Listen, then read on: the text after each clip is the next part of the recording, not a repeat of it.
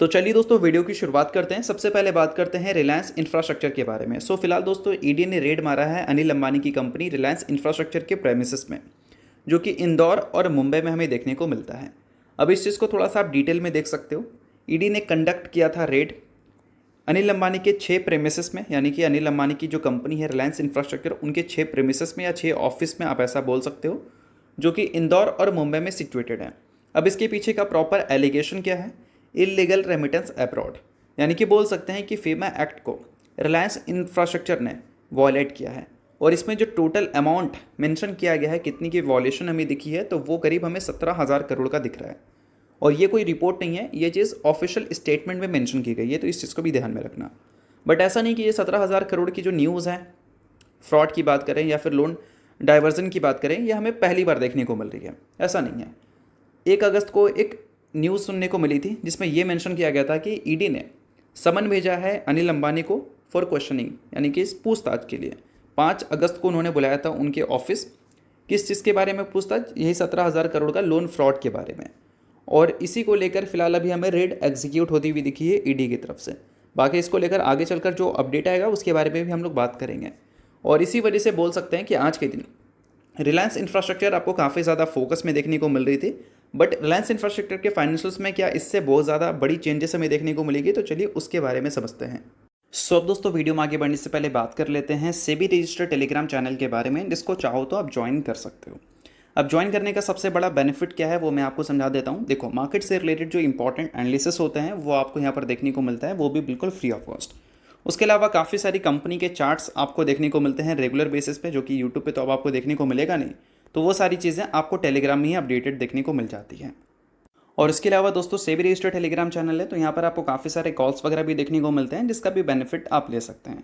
Past में जो calls वगैरह यहाँ पर देखने को मिले थे उसकी परफॉर्मेंस भी हमें काफ़ी अच्छी देखने को मिली थी, जिसको आप चाहो तो नोट डाउन कर सकते हैं।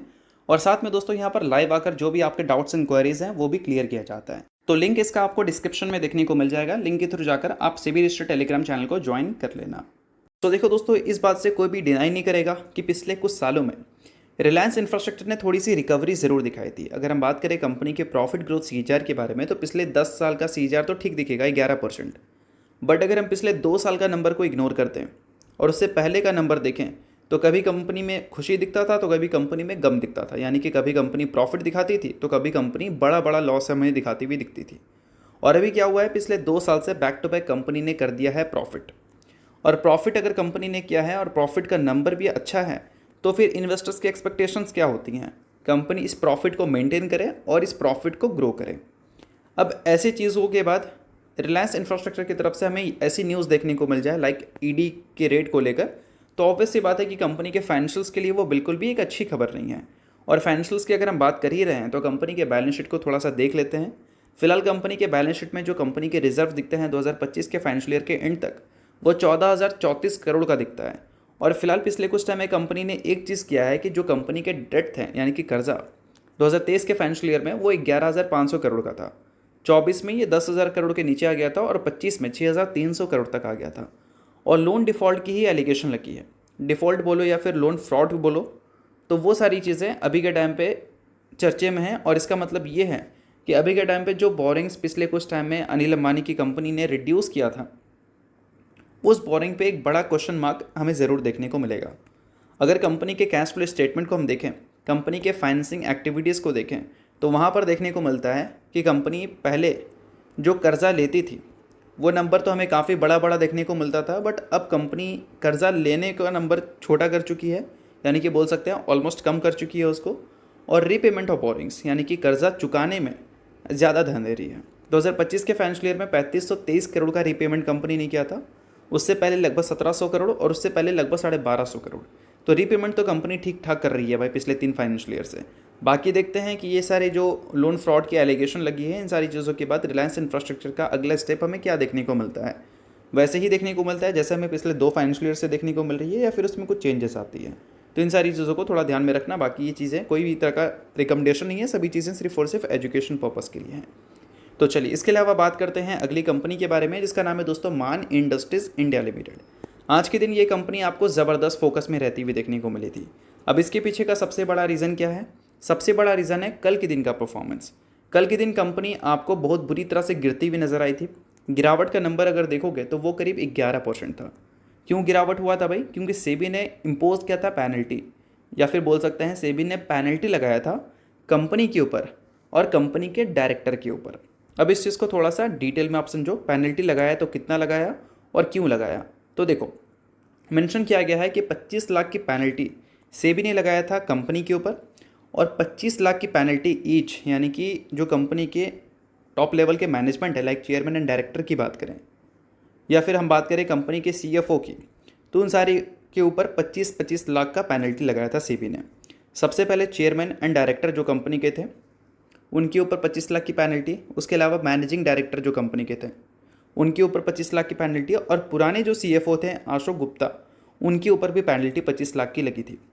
अब ये सारी चीज़ें जो लग गई थी पेनल्टी, इसके बाद सेबी ने ये भी बताया कि ये 3 जो इंडिविजुअल हैं उसको सिक्योरिटी मार्केट से 2 साल के लिए बैन किया जा रहा है। यानी कि बोल सकते हैं कि इनको सेबी 2 साल तक मार्केट में कोई भी पोजीशन लेने के लिए अलाउ नहीं करेगी, चाहे वो ट्रेडिंग के लिए हो या फिर इन्वेस्टमेंट के लिए हो।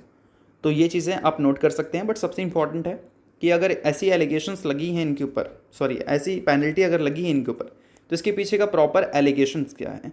तो देखो दोस्तों, यहाँ पर मेंशन किया गया है कि इनकी जो सब्सिडरीज़ हैं, जिसमें मैरिनो शेल्टर प्राइवेट लिमिटेड एक है और उसके अलावा और भी कुछ होंगी, बट फिलहाल देखा जाए तो मेंशन किया गया है इनकी सब्सिडरी जो है 2015 से लेकर 2021 के फाइनेंशियल ईयर के बीच में जो इनके नॉन कंसोलिडेशन फाइनेंशियल स्टेटमेंट्स हमें देखने को मिलते थे, उसमें सेबी के हिसाब से बोल सकते हैं छेड़खानी हुई है, यानी कि बोल सकते हैं मिसयूज़ हमें चीज़ें होती हुई देखने को मिली है, या फिर बोल सकते हैं गलत चीज़ें रिपोर्ट होती हुई दिखी हैं।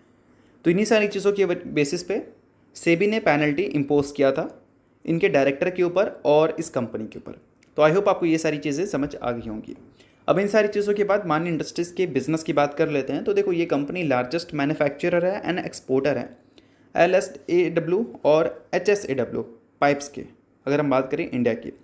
और कंपनी के पास जो टोटल इंस्टॉल कैपेसिटी है अभी के टाइम पे वो 1 मिलियन टन का हमें देखने को मिलता है। बहुत बड़ी कंपनी नहीं है, 2700 करोड़ की कंपनी है, यानी कि बोल सकते हैं एक माइक्रो कैप रेंज की कंपनी है। अगर हम बात करें कंपनी के नंबर्स की, तो पिछले फाइनेंशियल ईयर में कंपनी की जो परफॉर्मेंस थी रेवेन्यू में वो कुछ खास अच्छी थी नहीं, बट प्रॉफिट की बात करें तो वहाँ पर कंपनी ने एक अच्छी ग्रोथ रिपोर्ट किया था 43% की।